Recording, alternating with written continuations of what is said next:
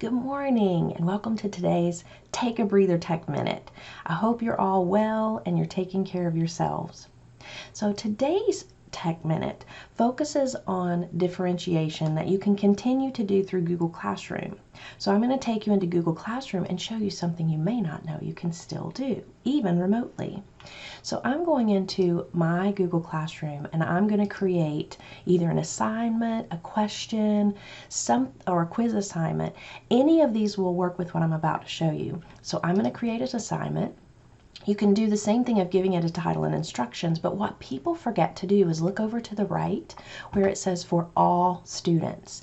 If you click that button and deselect all students, you can simply select the students you want to provide the assignment to. That way you're still differentiating even with Learn from Home. Have a great day and please remember to take time for yourself and take a breather.